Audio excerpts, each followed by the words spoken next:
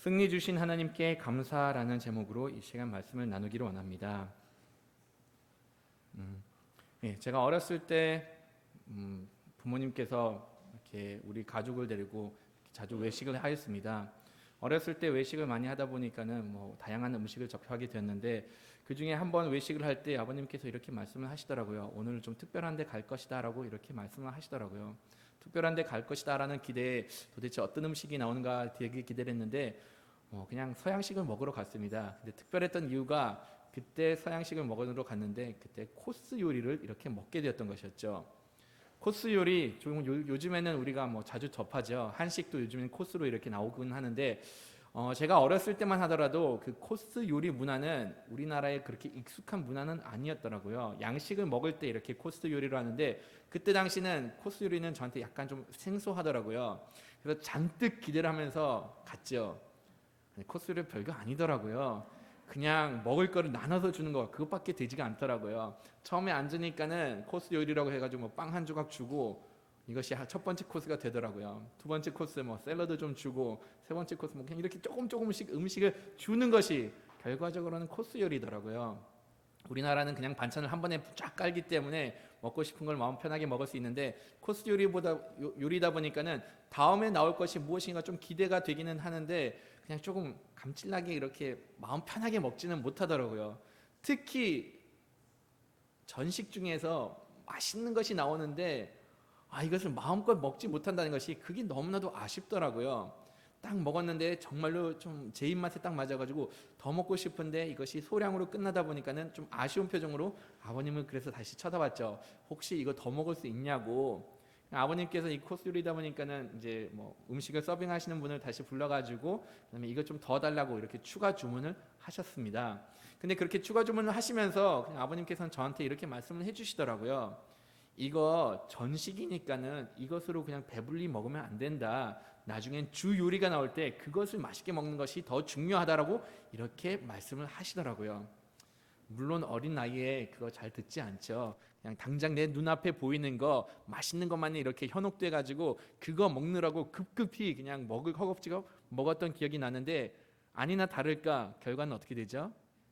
주식이 나왔을 때는 배가 불러서 주식을 잘 먹지를 못하게 되었습니다. 정말로 맛있는 주식이 나왔는데 잘 먹지 못했던 그러한 기억이 남아 있습니다.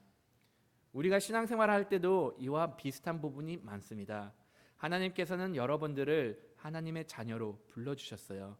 하나님께서 여러분들을 자녀로 불러주셨다는 것은, 하나님께서 우리의 삶을 책임져 주시고 우리의 삶에 있는 모든 것을 채워주신다라고 이렇게 약속을 하신 겁니다.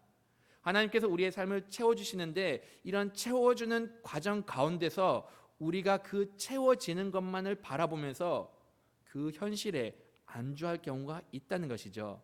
그냥 단순하게 내 눈앞에 있는 즐거움에 그냥 머무를 때가 있다는 겁니다. 고린도 교회 역시 마찬가지로 이러한 문제를, 이러한 경험을 하였던 것입니다. 고린도 교회에 우리가 이 몇 주간 이렇게 쭉 다뤘는데, 고린도 교회는 어떤 모습을 보였는가 하면은, 고린도 교회에 하나님께서 많은 은혜와 많은 은사를 더해 주셨습니다. 그런데 이들에게 있어서 많은 은혜, 자신들이 말씀 가운데서 자유함을 누릴 수 있다는 것, 이들은 깨달았습니다. 하지만 그러한 자유로 그들은 무엇을 했죠? 자신들이 행하고 싶은 대로 행하면서 사람들을 시험에 들게 만들었다는 것이죠. 그것 이후에 하나님께서는 고린도 교회 성도들에게 많은 은사를 주셨습니다. 이 많은 은사를 누리면서 이들은 하나님의 초자연적인 능력을 부여를 받았던 겁니다. 그럼 이들은 이 은사로 하나님의 일을 해야 됐었는데, 안타깝게도 그들은 이것조차도 그냥 자신들의 자랑의 도구로 사용을 하였던 것이었죠. 그러다 보니까는 결과적으로는 이들이 당장 자신들의 현실만을 바라보고 자신들의 눈앞에 펼쳐지는 것에 그냥 매몰돼 가지고 신앙생활에 있는 궁극적인 핵심을 놓치는 그런 안타까운 일들이 벌어졌던 겁니다. 신앙생활에 있어서 핵심되는 것은 무엇일까요? 신앙생활에 있어서 주 요리가 되는 것은 무엇일까요? 그것은 다름 아닌 부활입니다. 우리가 신앙생활하는 것, 우리가 하나님을 믿고 나아가는 것, 이것은 우리가 부활한다는 그러한 믿음이 있기 때문에 우리가 그리스도인으로 살아가는 것이고 우리가 신앙생활하는 그 원동력이 되는 것입니다. 부활을 믿고 따르는 것이 기독교의 어떻게 보면은 중심을 이루는 가르침 중에 하나라는 것이었죠. 사도 바울은 이러한 중심을 잃어버린 고린도 교회에게 다시금 이 중심을 심어주려고 15장 가운데서 부활에 대해서 집중적으로 다루는 것을 우리가 볼 수가 있습니다.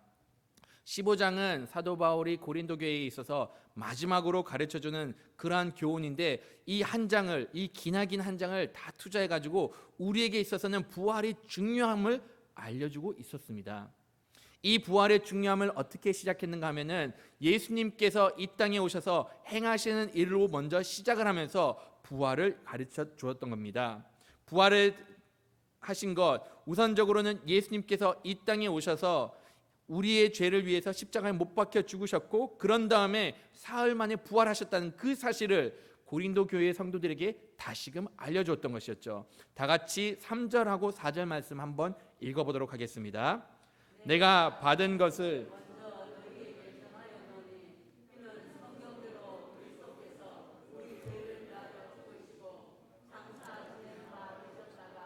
성경대로 사흘 만에 다시 살아나사. 사도 바울은 고린도 교회 성도들에게 분명히 이렇게 가르치고 있습니다. 예수님께서 십자가에 못 박혀 죽으시고 살아난 것, 이거 내가 단순하게 꾸며낸 이야기가 아니다.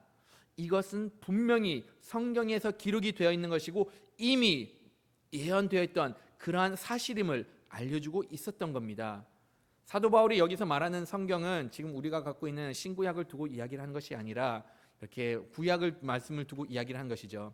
구약에 있었던 하나님의 많은 선지자들, 예수님께서 오시기 전에 몇천 년 전부터 예수님께서 오셔서 우리를 위해서 십자가에 죽으시고 부활하실 것을 이미 알려주었던 겁니다. 그래서 예수님께서 이 땅에 오셔서 부활하신 것, 이것은 하나님께서 이루신 일이라고 고린도 교회 성도들한테 알려주었던 것이었죠. 하지만 이것은 단순하게 문서에 기록되어 있는 그냥 하나의 이야기에 불과한 것이 아니라 이것이 실질적으로 우리의 삶 가운데서 일어났음을 사도 바울은 고린도 교회 성도들에게 알려주었습니다. 이것을 알리면서 그것을 어떻게 확증을 하였는가? 그 예수님의 부활하심을 목격한 사람이 너무나도 많다라고 알려줬습니다. 먼저는 게바, 다시 말해서는 베드로가 그것을 보았다라고 이렇게 이야기를 하고 있습니다. 그다음에 예수님의 제자들이 보았다라고 이렇게 이야기를 하고, 더 나아가서는 예수님의 동생 야고보도 이것을 보았다라고 얘기를 하고, 더 나아가서는 500명이라는 많은 인파들이 예수님의 부활을 목격하였다라고 이렇게 알려주고 있습니다. 한두 사람이 아니라 우리가 잘 아는 사람들, 더 나아가서는 많은 사람들이 예수님의 부활을 목격했고, 그런 다음에 그들이 지금 다 죽어서 증명을 못하는 것이 아니라 그들이 아직 살아있어서 우리가 가서 물어본다라고 하면은 언제든지 이것이 사실임을 알려줄 수 있다라고 이렇게 알려주었던 겁니다. 예수님의 부활 역사적인 사실입니다. 이에 대한 많은 증언이 있다는 것이죠. 그러면은 예수님의 부활 우리랑 무슨 상관이 있는가라고 생각을 할 수도 있습니다. 고린도 교회 성도들은 예수님의 부활과 이것이 우리랑 무슨 상관이 있냐라고 생각을 할 수도 있는데, 여기서 사도 바울은 이렇게 이야기를 하고 있습니다. 다 같이 이 10절 말씀 한번 보도록 하겠습니다. 가운데서 다시 사신 잠자는 자들의 첫 열매가 되셨도다. 사도 바울은 이렇게 고린도 교회 성도들한테 알려주고 있습니다. 예수님께서 살아나심으로 인해서 부활이 있음을 알려주고, 이것이 우리 부활에 관해서는 첫 열매를 이루어졌음을 알려주고 있다라고 알려줍니다. 한 나무에서 이것이 어떤 나무인가를 알기 위해서는 거기에 나오는 첫 번째 열매를 볼 수가 있습니다. 만약 이 나무에서 사과가 나기 시작하면은 앞으로 이 나무는 계속 사과라는 열매를 맺게 되는 것을 알게 된다는 것이죠. 동일합니다. 예수님께서 우리에게 부활을 보여주심으로 인해서 기독교는 부활이 있음을 알려주고 있고 증명을 한다는 것입니다. 그래서 우리가 주님을 믿고 따랐을 때는 우리가 주님께서 보여주셨던 것처럼 부활을 경험할 수 있게 됨을 알려주었던 겁니다. 솔직히 부활이라는 것 받아들이는 것 그거 쉽지는 않습니다. 이것은 지금 이 시대에도 받아들이기 어렵지만은 그때 당시만 하더라도 사람들이 이것 역시 받아들이기는 쉽지 않았었어요. 특히 고린도 교회 같은 경우는 그리스라는 곳에 지역에 있었던 그러한 지역이다 보니까는 이들은 그리스 철학, 헬라 철학이 너무나도 발달되어 있었는데 이 헬라 철학 핵심 중에 하나가 무엇이냐? 육은 무익하고 영만 존재할 수가 있다. 그러니 우리가 죽으면은 우리의 육신은 소멸이 되고 영만 살아서 그냥 떠돌아 다닐 것이다라는 그러한 가르침이 어렸을 때부터 받았던 겁니다. 이러한 가르침을 받았기 때문에 사도 바울이 우리가 부활할 것에 대해서 이야기를 하니까는 사람들은 그것을 쉽게 받아들이지를 못했던 것이었죠. 아, 그래? 그럼 부활은 있을 수는 있겠다. 하지만 우리의 영만 다시 살아나는 것이 아닌가라고 이렇게 생각을 하였던 겁니다. 여기에 대해서 사도 바울은 분명히 얘기합니다. 그것은 아니다. 온전한 부활이 이루어질 것이다 라고 알려주고 있습니다. 다 같이 15장 44절 말씀 한번 보도록 하겠습니다. 다시 살아나니 육의 몸은 있은즉 또 영의 몸도 있느니라. 사도 바울은 하는 말이 무엇이냐? 우리의 육신이 있었던 것처럼, 우리의 육이 이 세상에 살아가는 것처럼 우리가 부활을 받았을 때, 우리가 다시 살아나게 되었을 때, 그럴 때는 하나님의 나라에 거하는 영의 몸도 있게 될 것이다 라고 이렇게 알려주고 있었던 겁니다. 이러한 가르침 듣다 보면은 사람들이 이제 상상의 세계 속에 빠지게 되는 것이죠. 그러면 우리가 부활할 때 과연 어떤 몸으로 부활하게 될 것인가? 그럼 우리가 부활할 때 가급적이면 육신은 있어야 될 것이다라는 그러한 생각을 할 수도 있게 됩니다. 이러한 생각 우리 믿음의 선배들은 많이 가졌던 것 같아요. 그래서 제가 어렸을 때 나름대로 이런 가르침을 좀 몇 번 받았던 적이 있었던 것 같습니다. 죽고 나면은 화장하면 안 된다. 화장하면은 우리의 육신이 없어지니까는 그러면 안 된다라고 해가지고 무조건 이렇게 묻어져야 된다라고 이렇게 그냥 들어봤던 적이 몇 번 있었던 것 같습니다. 하지만 여기서 나와 있던 것처럼 우리의 육신 그냥 우리가 생각하는 그러한 육신이 아니라는 것이죠. 무엇보다도 우리가 믿고 있는 하나님 어떤 분이신가요? 무에서 유를 창조하시는 분입니다. 설령 우리의 육신이 다 부패해서 없어진다고 할지라도 분명한 것은 하나님께서 다시 우리에게 육신을 허락해 주실 것이고 하나님의 나라에 거할 수 있는 육신을 허락해 주실 것이다라고 이렇게 말씀을 하신 겁니다. 물론 이 육신 우리가 생각하는 그러한 육신은 아닙니다. 빌립보서에서는 이것이 어떤 육신인가를 좀 어느 정도 설명을 하고 있는데 다 같이 빌립보서 3장 21절 말씀 한번 보도록 하겠습니다. 그는 만물을 자기에게 복종하게 하실 수 있는 자의 역사로 우리의 낮은 몸을 자기의 영광의 몸의 형체와 같이 변하게 하시리라. 사도 바울은 하는 말이 무엇이냐? 예수님께서는 모든 만물을 자기에게 복종하실 수 있는 그런 능력의 분이십니다. 그러한 능력의 분이 부활하셨을 때 어떤 육신을 우리에게 허락해 주신 건가? 본인이 지니고 있었던 바로 그러한 육신을, 영광의 육신을 허락해 주실 것이다라고 이렇게 말씀 가운데서는 선포를 하고 있었던 겁니다. 예수님께서 이 세상에 오셨을 때 어떤 육신을 지으셨죠? 우리의 두 눈으로 볼 수 있는 그러한 육신을 가지고 계셨습니다. 예수님께서는 이 땅에 오셨을 때 제자들 앞에 나왔을 때 사람들이 예수님인 것을 알아보았던 겁니다. 하지만 이 세상에 오셨을 때 이 세상에 있는 물리적인 법칙에 제약을 받지는 않았습니다. 오셨을 때 언제든지 공간을 이동하실 수가 있으셨고 또한 반대로 사람들에게 보이시면서 나에게 이렇게 손과 못자국이 있음을 또한 보여줬던 겁니다. 그것 이외에도 보시면은 예수님께서는 디베레아 호수에서 예수님의 제자들과 같이 아침을 준비하시고 그런 다음에 식사하신 모습도 보였던 겁니다. 우리가 생각하는 그러한 육신의 능력도 있지만은 더 나아가서는 초자연적인 그러한 모습도 보인 것을 예수님께서는 보여주셨던 겁니다.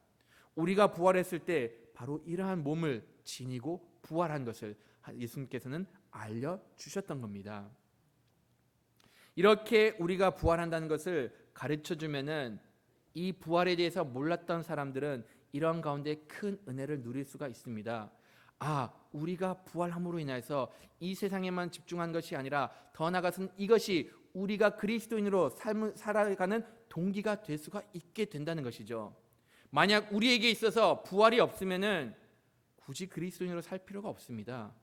만약 부활이 없으면은 왜 굳이 우리가 윤리적으로나 도덕적으로나 그렇게 바르게 살려고 발버둥 칠 이유가 없게 된다는 것이죠.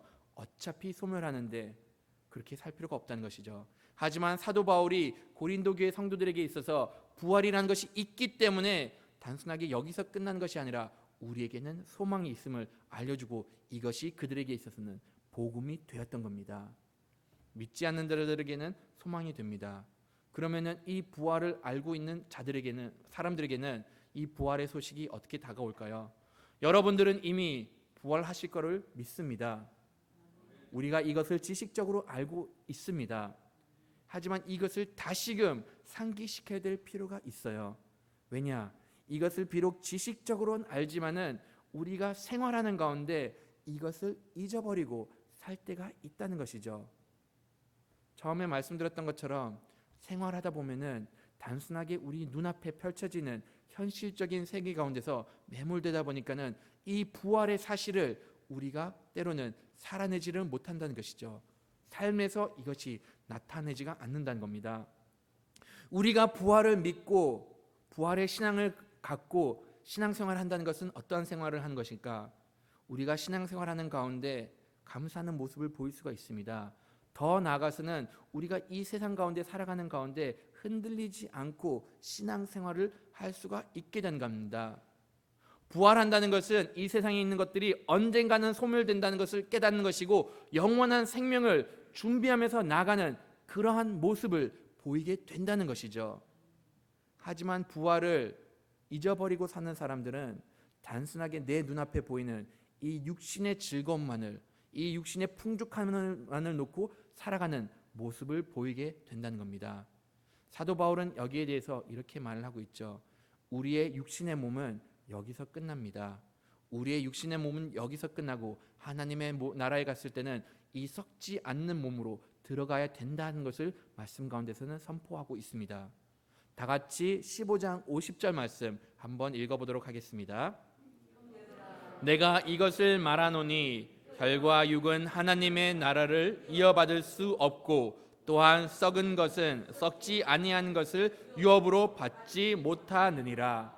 사도 바울도 분명히 이렇게 이야기를 하고 있습니다. 혈과 육은 하나님의 나라에 이어받을 수 없다라고 이렇게 이야기를 합니다. 하나님의 나라와 혈과 육, 이것은 공존할 수 없다라고 이렇게 이야기를 하고 또다시 이것을 강조하면서 이야기하는 것, 또한 썩은 것은 썩지 않은 것을 유업으로 받을 수가 없다라는 것이죠.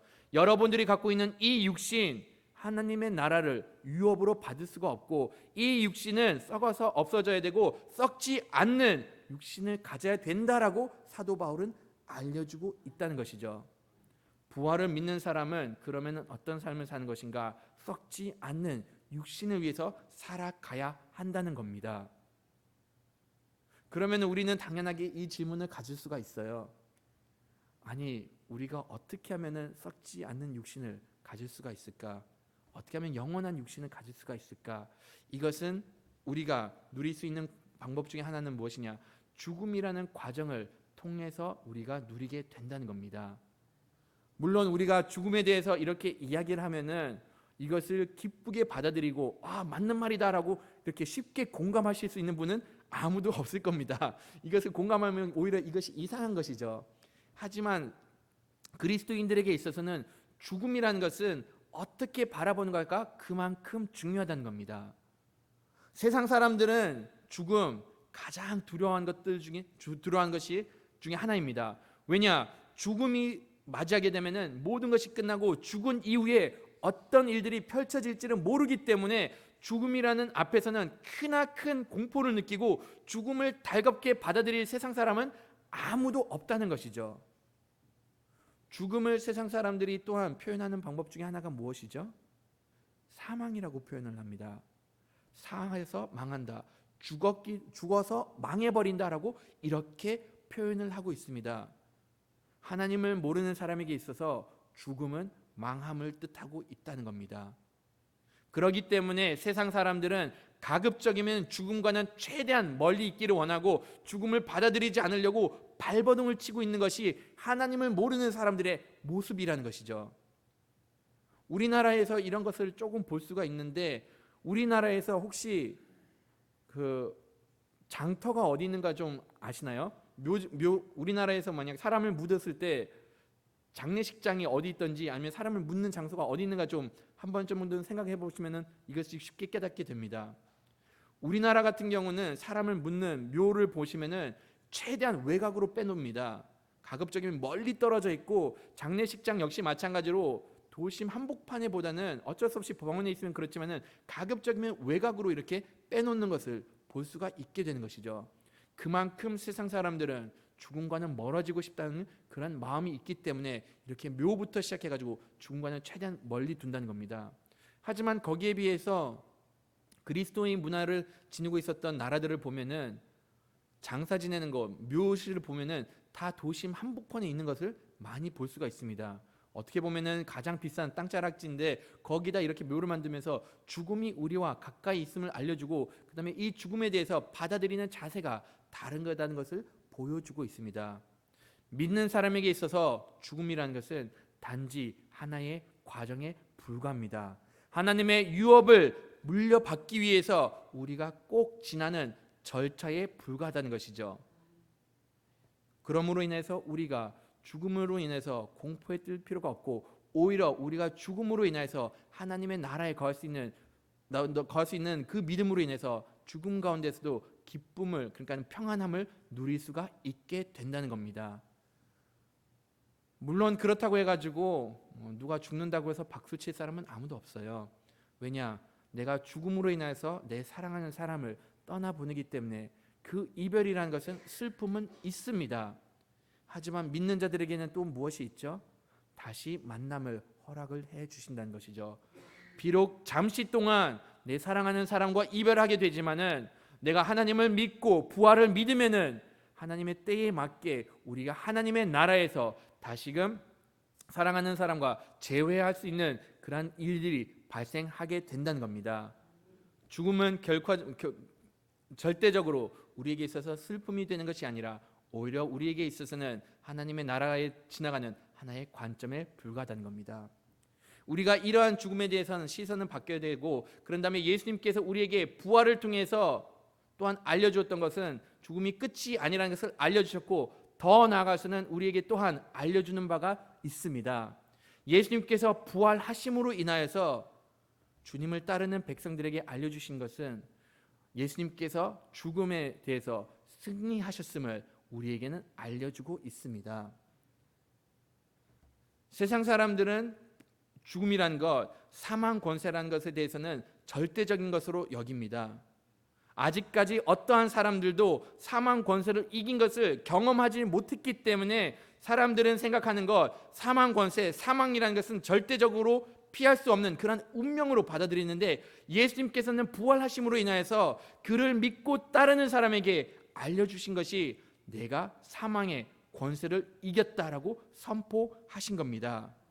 이러한 선포 사도 바울도 동일하게 했습니다. 다 같이 15장 54절하고 55절 한번 읽어보도록 하겠습니다. 이 썩을 것이 썩지 아니함을 입고 이 죽을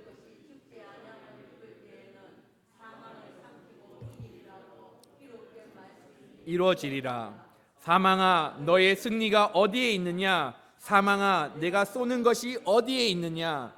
아멘. 사도 바울이 이렇게 말씀을 인용해서 정말로 담대하게 선포를 하고 있습니다. 사망아 너의 승리가 어디 있느냐?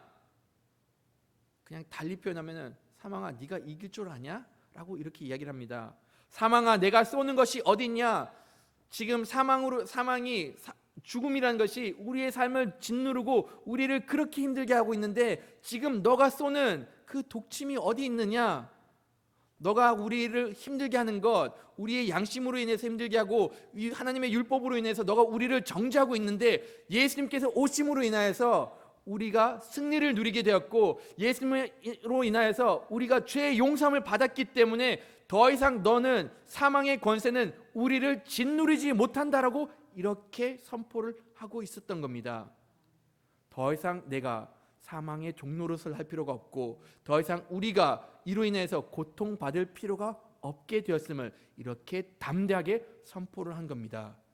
예수님께서 부활하심으로 인해서 더 이상 사망 권세는 우리를 누를 수 없음을 확신시키고 있다는 것이죠. 물론 예수님께서 사망과 이렇게 싸웠을 때 우리는 생각하기는 과연 어떻게 이기셨을까는 생각을 할 수가 있습니다. 예수님께서 사망을 이기셨을 때는 겨우겨우 이기신 것이 아닙니다.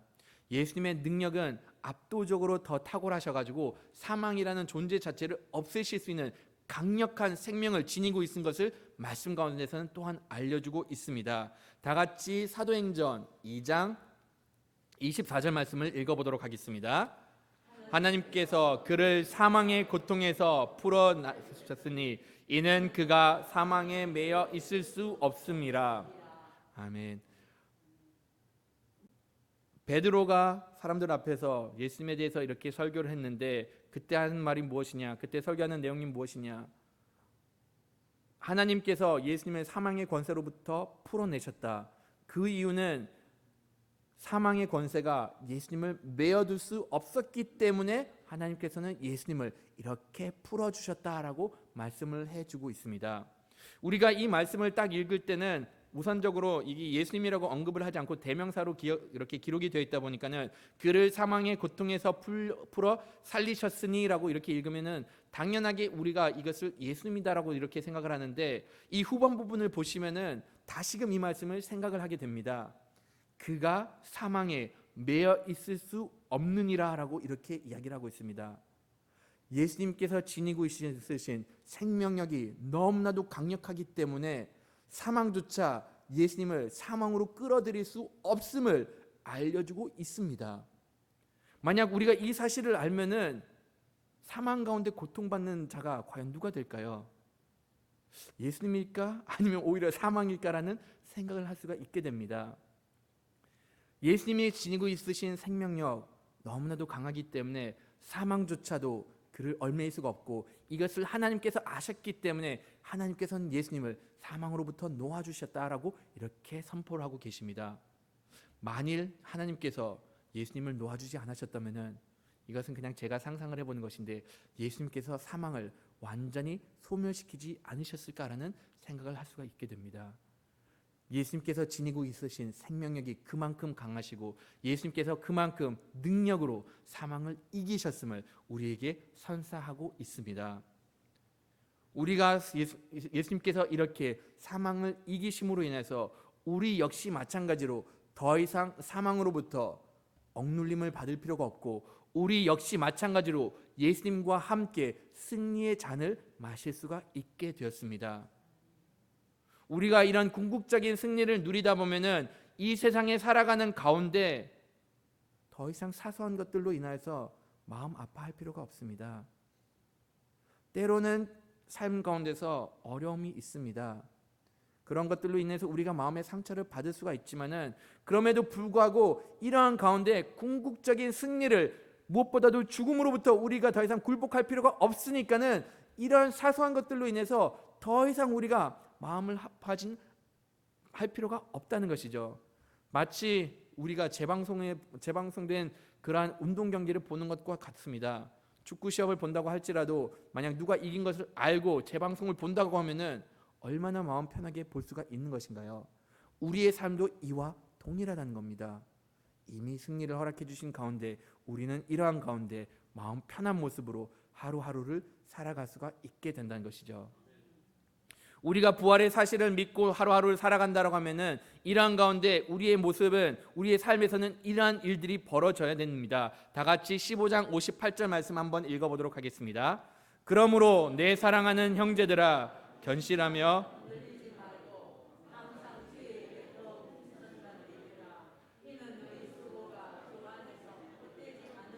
알미라. 아멘. 제가 여기서 한 절을 너무나도 빨리 지나갔는데 57절도 제가 잠깐 한번 읽어보도록 하겠습니다. 주 우리 예수 그리스도로 말미암아 우리에게 승리를 주신 하나님께 감사하노니 그러므로 내 사랑하는 형제들아 견실하며 흔들리지 말라라고 이렇게 알려주고 있습니다. 우리가 예수님께서 사망의 권세를 이겼다라는 것을 믿고 우리가 부활에 대한 확신이 있으면은 우리가 이렇게 사도 바울이 말했던 것처럼 하나님께서 선포하셨던 것처럼 우리의 삶 가운데서 하나님께 감사를 드리는 삶을 살 수가 있게 되는 겁니다. 궁극적인 승리를 허락해 주셨기 때문에 내가 이 세상에 있는 것들로 인해서 마음이 조급할 필요도 없고 이 세상 사는 가운데서 낙심할 필요가 없이 오히려 승리를 허락해 주신 하나님께 감사하는 삶을 살 수 있음을 알려주고 있습니다. 더 나아가서는 견실하며 흔들리지 말라라고 이렇게 이야기를 하고 있습니다.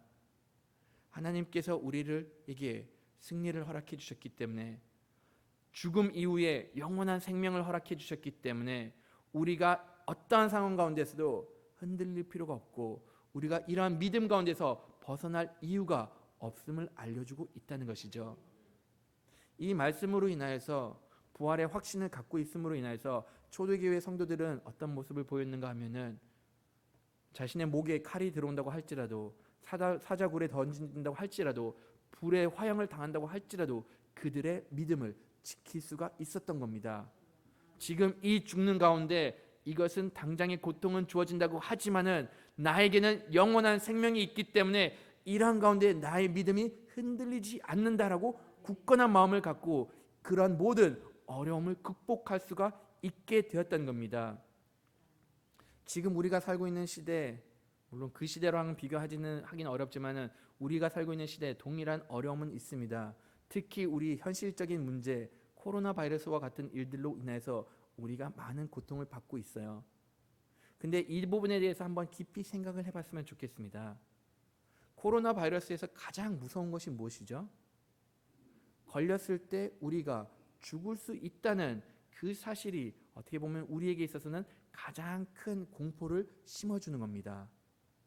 세상 사람들은 내가 혹여나 코로나 바이러스를 걸리면은 내가 이러한 가운데 죽을 수 있다는 죽음의 두려움이 있기 때문에 코로나 바이러스로 인하여서 공포감에 떨고 있고 위축된 생활을 하고 있게 된다는 것이죠. 하지만 믿는 사람들에게 있어서는 코로나 바이러스를 임하는 자세가 어떻게 변할 수가 있을까요? 설령 내가 죽는다고 할지라도 하나님께서는 우리의 삶을 지켜주시는 분이십니다. 설령 걸려서 우리가 목숨을 잃는다고 할지라도 거기서는 끝나는 것이 아니라 오히려 이로 인해서 우리가 하나님께 나아갈 수 있는 그러한 계기가 될 수 있음을 깨닫기를 원합니다. 이 말은 지금 여러분들 막 사세요 그런 것은 아니에요. 멋대로 다니는 그런 것은 아니라 우리가 믿는 자로서는 지켜야 될 것은 지키면서 나가지만은 그렇지만은 이러한 위기 가운데서 우리가 위축된 모습은 보이지 말라라고 여러분들한테 말씀을 드린 겁니다.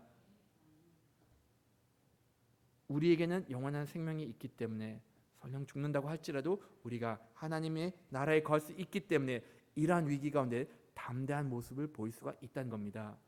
사도 바울은 이런 믿음이 있으면은 너희들이 해야 되는 것이 무엇인가를 또한 알려주고 있습니다.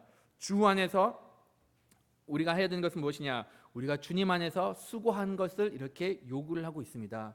우리가 어떠한 위기 가운데서 부활의 신앙을 갖고 나아갔을 때 그런 가운데 흔들리지 않고 더 나아가서는 이것이 우리의 믿음의 원동력이 되면서 이러한 가운데 우리가 주님의 일을 하는 것을 사도 바울은 그리스도 교회에게 권면을 하고 있다는 것이죠. 우리가 부활을 믿습니까? 이러한 시기 가운데서도 하나님의 일을 열심히 해나가는 주님의 자녀가 되기를 바랍니다.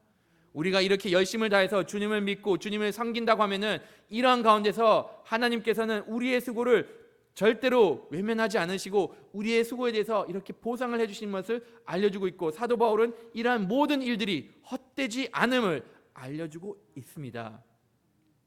비록 우리가 이 세상에 살아가는 가운데 위기가 닥친다고 할지라도 우리에게 주어진 일은 하나님의 일을 하는 것이고 그러면서 하루하루를 살아가는 겁니다. 부활의 신앙을 갖고 있는 여러분들에게 이 말씀을 드리고 싶습니다. 어떠한 가운데서든지 간에 우리가 부활을 믿고 우리의 육신은 한정적이라는 것을 깨닫고 우리의 육신을만을 위해서 사는 것이 아니라 당장적인 즐거움만을 위해서 사는 것이 아니라 하나님의 부활을 믿으면서 우리의 부활을 믿으면서 하나님의 나라를 위해서 살아가는 주님의 자녀가 되기를 간절히 바라겠습니다.